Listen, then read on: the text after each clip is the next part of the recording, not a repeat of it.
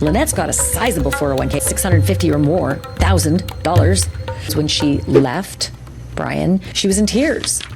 And she said that Brian had blown through his 401k. There is a version of every relationship that gets photographed. The trip, the milestone, the ordinary Tuesday that happened to catch good light. That version is the one that gets shared, curated, captioned, and distributed to whoever happens to be watching. It is real in the sense that it happened, but it is a selection. It is the version that was chosen to be seen, chosen to represent something, chosen to tell a particular story about two people and the life they are building together. The version that does not get photographed is the financial one. The retirement account balance on a Tuesday morning in February when the market has been down for 3 weeks. The credit card statement sitting unopened on the kitchen counter. The conversation about who is covering what and why and for how long and whether the numbers actually work out at the end of the month. The gap between what one person has saved over a lifetime of disciplined, unglamorous work and what the other person has left, or what the other person never had to begin with, or what they once had and spent or lost or chose to liquidate for reasons that were never discussed out loud. That version of a relationship lives in documents. It lives in account statements and wire transfer records and retirement plan disclosures and the kind of paperwork that most couples keep in a drawer somewhere and never look at together. It lives in the quiet calculations that people run in their heads at 3 in the morning when they are lying next to someone and trying to figure out whether they can afford to stay or whether they can afford to leave. And those calculations, the ones that happen in the dark, the ones that never make it into any photograph, are often the most consequential ones. They are the calculations that determine whether a person has options or whether they are trapped. AT&T. Lynette worked there too, and by all accounts, she was really, really well liked. Whether they can walk away from a situation that is not working or whether their financial position has been so thoroughly absorbed into the shared life that leaving means starting from nothing. The financial picture of a relationship tells you something that no photograph can. Who has power and who does not? Who can leave if they need to and who cannot? Who would survive the end of this arrangement and who would not? For the community that has been following the disappearance of Lynette Hooker, following every thread, every update, every piece of confirmed information since April 4th, 2026, the financial version of this relationship has been almost entirely out of reach. The public picture of Brian and Lynette Hooker was the one they constructed and shared. 2 people, 1 boat, a life built on open water and open sky. The soulmate, the Bahamas sailing life that looked from the outside like a choice made freely and funded equally by 2 people who had decided that conventional life was not for them. What was underneath that picture? What the retirement records and the account histories and the financial biography of 2 people who both worked for the same company for years actually showed was not visible to anyone outside of it until Ashleigh Banfield looked at it. At the end of Banfield's complete walkthrough of the soulmate on Drop Dead Serious, a segment built on reporting from former AT&T colleagues and sources with direct knowledge of the Hooker finances, she disclosed something that this community has not yet fully absorbed. Not because the information is complicated, not because it requires expertise to understand, but because the implications of it when you sit with them properly and place them against everything else this case has produced are genuinely difficult to look at directly. Both Brian and Lynette Hooker worked for AT&T. Brian got fired, got let go, got released from AT&T. Lynette worked there, too. And by all accounts, she was really, really well liked. Both of them through that employment-built retirement accounts. Both of them on paper had access to the kind of financial security that represents a real and meaningful option. The option to leave a situation, to rebuild independently, to start over without needing anyone else's permission or resources to do it. But when Banfield sources described what was actually in those accounts, what they found was not symmetry. What they found was not 2 people who had built comparable financial positions through comparable employment at the same company. What they found was a gap. One account had been depleted entirely, burned through, as Banfield sources described it. Gone. The other had not been touched. And what it held, what Lynette Hooker had accumulated and protected and never withdrawn despite everything the sailing life cost her, was upwards of $650,000. That number is the center of this narrative. Not as a sensational figure designed to generate outrage, not as a headline, but as a confirmed financial fact that when placed carefully against everything else we know about this case, changes the shape of the story in ways that are permanent and cannot be undone by any subsequent development. We are going to look at that number closely. We are going to look at what it actually takes to build it and what it cost Lynette specifically to protect it while funding an entire lifestyle on someone else's behalf. We are going to look at what Brian had and what he did not have and what that asymmetry looks like when you write it down plainly. And we are going to look at what all of it means when placed against the account of a phone call on March 11, 2026, 3 weeks before Lynette Hooker disappeared, in which she was 10 minutes from an airport with a plane ticket in her hand and did not get on the plane. Upwards of $650,000. Say it plainly and then hold it in the air for a moment before anything else is added to it, because the context is coming and it matters enormously. But the number itself deserves to land first without anything around it. Upwards of $650,000. That is what Ashleigh Banfield confirmed through former AT&T colleagues and sources with direct knowledge of the Hooker finances were sitting in Lynette Hooker's AT&T retirement account at the time this reporting was completed. Not a rumor circulating in the true crime community. Not an estimate produced by someone with no access to the actual information. Confirmed through Banfield sourcing, stated clearly, attributed to people who had direct knowledge of what that account contained. The qualifier. Banfield used matters. Upwards of. Those two words are not hedging language. They are accuracy. Banfield did not say exactly $650,000. She said upwards of $650,000. The floor of the confirmed figure is $650,000. The actual balance may be higher. This analysis will not improve on Banfield's language. Every reference uses the phrase as she stated it because that is the honest and accurate thing to do. Now consider what that number actually represents as a practical financial reality, not as an abstract figure, not as something designed to make a point, but as a concrete accounting of what a person has and what it means for their life. Upwards of $650,000 in a retirement account is an accumulation that does not happen quickly or passively. It requires years, often decades, of consistent employment and regular contributions taken from each paycheck before spending decisions are made and a sustained, repeated decision not to access the funds when the temptation or the need to do so was present. You do not arrive at that number by accident. You arrive at it by showing up to work for a long time and by making a choice over and over again across hundreds of individual moments when the money could have been taken out to leave it alone and let it grow. There is a discipline embedded in that balance that is easy to overlook when you are looking at it as a case detail rather than as a human financial biography. Lynette Hooker did not build upwards of $650,000 in a retirement account because it was easy or because nothing in her life ever created pressure to spend it. She built it because she consistently chose not to spend it. That distinction matters. In purely practical terms, upwards of $650,000 in a retirement account is the kind of money that represents real independence. The structural kind. A 401k account held in one person's name alone cannot be accessed by anyone else without that person's explicit authorization. A partner cannot drain it. A joint financial entanglement cannot reach it. It sits protected by its structure, belonging entirely and exclusively to the person named on the account. It is not liquid in the way that cash in a checking account is liquid. There are tax implications for early withdrawal and the funds are designed for long-term use. But it is real. It is protected and it belongs irrevocably to one person. That person was Lynette Hooker. The community following this case had been working through the available evidence for months. Tracking data, witness testimony, the dinghy account and its inconsistencies, the timeline of April 4th, phone records, the geography of the Bahamas, and what the water around Marsh Harbor does and does not make possible. All of it had been examined, discussed, mapped, and sitting behind all of it in an account no one in the public conversation had yet focused on was upwards of $650,000. Banfield found it. And once you place it in the frame alongside everything else, the picture does not look the same. Consider what it means for a retirement account to remain intact through the kind of financial commitments Lynette made to the sailing life. People who liquidate everything, who sell property, who convert every available asset into a shared lifestyle typically do so across a period during which financial pressure builds steadily. The cost of outfitting a blue water sailing vessel, the cost of maintaining it year over year, the cost of living without a land-based income while cruising the Bahamas. None of these are small. Each of them is a moment at which a person might look at a retirement account holding upwards of $650,000 and decide that some of that money needs to move. Lynette did not decide that. Not once.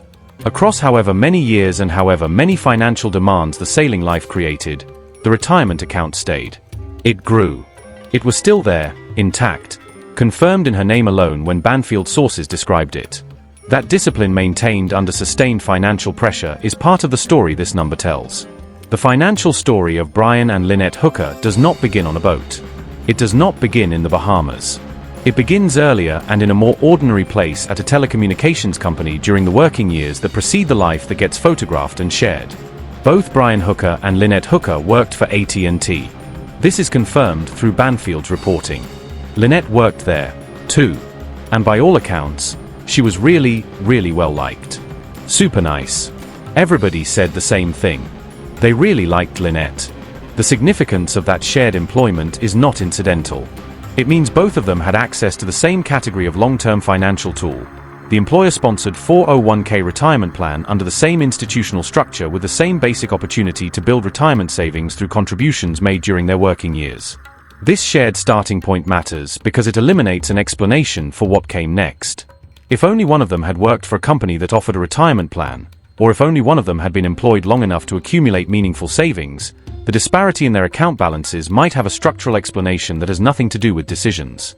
That is not what happened here. Both of them had the door.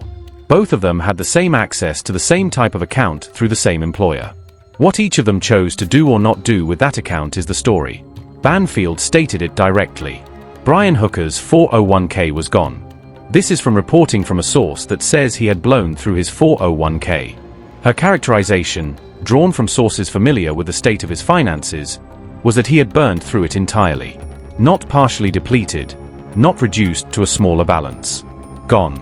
Whatever the account once held from his years at AT&T was no longer there. The circumstances under which the account was depleted, the timeline, the reasons, the individual decisions that produced that outcome are not something Banfield confirmed at this stage. That information is not part of the public record. What is confirmed plainly and without qualification is the result. Brian Hooker had no retirement savings remaining. Lynette Hooker's 401k was intact and had grown to upwards of $650,000. Same company, same opportunity, same starting line, completely different destinations. That gap is the kind of financial asymmetry that investigators working financial motive cases are trained to identify. Immediately. The question in any follow-the-money analysis is never simply who had more. It is who had something to lose and who had something to gain and what the financial stakes were for each person involved. When you place zero on one side of that analysis and upwards of $650,000 on the other, and when both figures belong to two people who were living together on a boat in the Bahamas when one of them disappeared, the asymmetry does not require anyone to draw conclusions. It requires only that it be seen clearly. Brian Hooker has not been charged in connection with Lynette Hooker's disappearance. That fact is confirmed and stated plainly, but the financial picture does not change because no charges have been filed. The numbers are what they are. Before we go any further into what the $650,000 means, it is worth taking time to understand precisely what Brian Hooker's financial position actually looks like. Not in broad strokes, but in specifics, because the specifics are more stark than a single sentence about a depleted retirement account communicates on its own. Brian Hooker has no retirement savings. Banfield confirmed this through sources. The 401k from his AT&T career is gone. The soulmate, the 46-foot Morgan sailing sloop that has been central to this case since Lynette's disappearance on April 4, 2026, is, according to Banfield's confirmed reporting, Brian's only home. Not one asset among several. Not a boat he owns in addition to a house or an apartment or any other land-based property. The soulmate is the only home. The complete domestic and residential picture for Brian Hooker at the point in his life when Lynette disappeared was a single vessel on the water. That vessel is currently sitting on a mooring ball in Marsh Harbor, Bahamas. Brian Hooker is not on it. Brian is in Michigan. He has not returned to the Bahamas since leaving. He has no permanent land-based residence in the Bahamas. He is in Michigan with no permanent residence confirmed there either. No retirement savings and a boat in another country that he is not occupying. Hold that picture steady for a moment. A person with no retirement savings, no land-based property, no permanent residence, and a boat sitting unoccupied on a mooring ball in a country they have left. That is not a position of financial stability. That is not a position from which a person can independently build or sustain a life without access to money or assets that are not currently in their possession or their name. And the person who had been providing the financial foundation for the life they shared, the person in whose retirement account upwards of $650,000 was sitting untouched, secured, and protected, has been missing since April 4, 2026. The contrast between these two financial positions does not need to be argued. It only needs to be stated accurately. The $650,000 did not simply exist.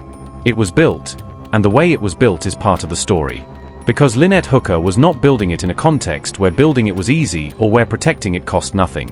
Banfield confirmed that Lynette had sold everything to fund the sailing lifestyle. They ended up selling everything. That confirmation carries weight that can be underestimated if you move past it too quickly toward the larger number. Selling everything means that before the soulmate, before the Bahamas, before the life on the waters, Lynette had a land-based life with land-based assets, property, savings accumulated outside the retirement account. The kind of financial infrastructure that people build when they are living conventionally, working steadily, and building toward a future that looks like the one most people plan for. All of it was liquidated. Not some of it. Banfield's reporting is unambiguous on this point. Everything was sold, converted, directed toward funding the sailing life with Brian. The house or the property or whatever she had accumulated outside the retirement account. Gone. Spent. Committed to the boat and the life it represented. And through all of that liquidation, through every sale, every transfer, every financial commitment made to the sailing life, the 401k was not touched. It was the one thing that was held back. The one asset that did not move outward toward the shared life on the soulmate. Whether that was conscious financial planning or simply a habit of protection that held even while everything else was released, the result is the same. By the time Lynette disappeared, she had spent down everything outside the retirement account. And the retirement account itself had grown to upwards of $650,000. That is the financial portrait of a person who gave this life everything she had except the one protected account that was structurally hers alone. She funded the sailing life. She maintained the boat. She made the life on the soulmate financially viable through the liquidation of her pre-sailing assets. And she arrived at April 4, 2026, with upwards of $650,000 in an account in her name and nothing else of comparable value outside it. The floor beneath the floor. To understand what happened on March 11, 2026, you have to understand it as more than an emotional moment. The true crime community has covered March 11th extensively. The phone call, the friendship, the near miss. That coverage is not wrong. The emotional weight of that day is real, but there is a financial architecture to March 11th that changes what it means. 3 weeks before Lynette Hooker disappeared, she had a plane ticket. Not a thought about getting a plane ticket, not a conversation about whether to get one. An actual, purchased, dated ticket representing a decision that had already been made and acted upon. She was not considering leaving. She was leaving. She was in motion. She called me and then I found out she had bought a ticket to come home to Miami. Rachel Shaw, a friend of Lynette's named on the record, speaking to Ashleigh Banfield, confirmed that when Lynette called her on March 11th, she was 10 minutes from the airport. 10 minutes. Think about what 10 minutes from an airport means. It means the bag was already packed or it wasn't. And it didn't matter. It means the decision had been made far enough in advance to purchase a ticket, to arrange transportation, to physically move toward departure. 10 minutes from an airport with a ticket in your hand is not a person in the early stages of contemplating an exit. It is a person who has already crossed every threshold between thinking and doing and who is now simply completing the physical act of leaving. Lynette called Rachel and said that things were really bad. Rachel told her to get on the plane. Now, place that moment inside the financial picture. Lynette Hooker had upwards of $650,000 in her AT&T retirement account. She had sold everything else she owned to fund the sailing life, which means the retirement account was both her largest and her last significant financial asset. But it existed. It was real. It was in her name and no one else's. Protected from access by anyone who was not her. She could have boarded that plane and landed somewhere with the knowledge that she had a financial foundation available to her. Not immediately liquid in the way cash is liquid, but real, protected, and belonging to no one but her. She had everything she needed financially to make leaving work. And she did not get on the plane. Lynette went back. She turned away from the gate 10 minutes away, ticket in hand, and returned to the soulmate and to Brian. Rachel Shaw confirmed it. It is on the record. It is not disputed. 3 weeks later, on April 4, 2026, Lynette Hooker was gone. When you hold the financial picture alongside that timeline, the $650,000 that gave her the means to leave, the ticket that proved she had decided to leave, the 10-minute distance that showed she was in the act of leaving, and then set all of that against the fact that she went back and that 3 weeks after going back, she disappeared. The question this case asks is not only what happened on April 4th. It is also what happened in those 10 minutes on March 11th and what the distance between having enough money to leave and actually being able to leave tells us about the full architecture of the situation Lynette Hooker was living inside. Here is what the financial picture of March 11th ultimately reveals and why it matters beyond the facts of this specific case. Lynette Hooker was not financially trapped. That statement is important and needs to be made clearly because one of the most persistent misunderstandings in public analysis of cases involving financial motive is the assumption that financial resources automatically translate into freedom of action. They do not. Not always. Not even with $650,000 in a protected account and a ticket already purchased and a friend on the phone telling you to get on the plane. What researchers and clinicians who work with coercive control and domestic abuse document consistently is that the decision to leave a dangerous or controlling relationship is not primarily a financial calculation. It is a risk calculation.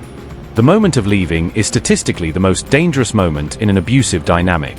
The fear of what happens during the departure and immediately after it, not the fear of being unable to afford a new life, but the fear of what the person being left will do when they realize the departure is real, is often the decisive factor, not the money. There is also the matter of what a person is leaving behind. Lynette had sold everything to make this life possible. She had invested her land-based history into the soulmate.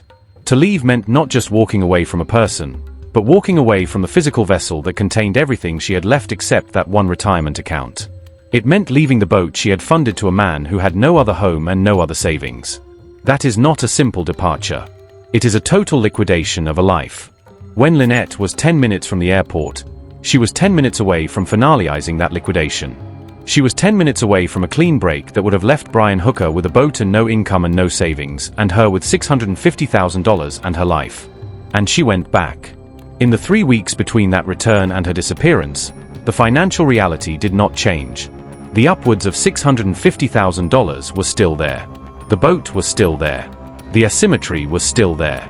The only thing that changed was that the window of departure that had been open on March 11th closed. When it opened again on April 4th, it did not open for a plane ticket. It opened for a disappearance. The investigation into Lynette Hooker's disappearance is ongoing. Brian Hooker has not been charged with any crime. But the numbers Ashleigh Banfield brought to light have changed the way the community looks at the soulmate. They have replaced a hazy picture of shared adventure with a sharp, high-contrast accounting of what was actually at stake. Upwards of $650,000. It is a number that represents a lifetime of work, a mountain of discipline, and a real, documented path to independence. It is also a number that, when placed in a relationship where the other person has nothing, creates a gravity that can be impossible to escape. We do not know what happened on the water on April 4th, but we know what was in the documents. We know who had the money and who did not. We know who could afford to leave and who could not afford to let them. And as this case moves forward, those figures, those silent, stubborn, confirmed financial facts, will remain at the center of everything. Because in the end, the photographs can be curated and the stories can be told, but the retirement accounts and the bank statements and the 401k disclosures are the only parts of a relationship that never lie. The truth of Lynette Hooker's life on the soulmate was written in a ledger she fought to protect, a ledger that showed she was a woman with a future worth $650,000, a future she was 10 minutes away from claiming for herself. The fact that she never got to live that future is the tragedy at the heart of this case. And the fact that the money is still there, untouched and waiting in an account she alone could access, is the final, haunting piece of evidence that tells us exactly how much she had to lose. The community remains focused on the search for Lynette. They are looking at the islands, the water, and the tracking data. But they are also now looking at the documents. They are looking at the gap between two people who started at the same company and ended up in two different financial universes. And they are asking the question that every financial investigator asks when the stakes are this high: where did the money go? And what happened to the woman who was the only one who could touch it? As we wait for the next update in the disappearance of Lynette Hooker, the number $650,000 remains. It is more than a balance. It is a biography. It is a record of what she built and what she tried to save. And until she is found, it is the most honest thing we have left of her.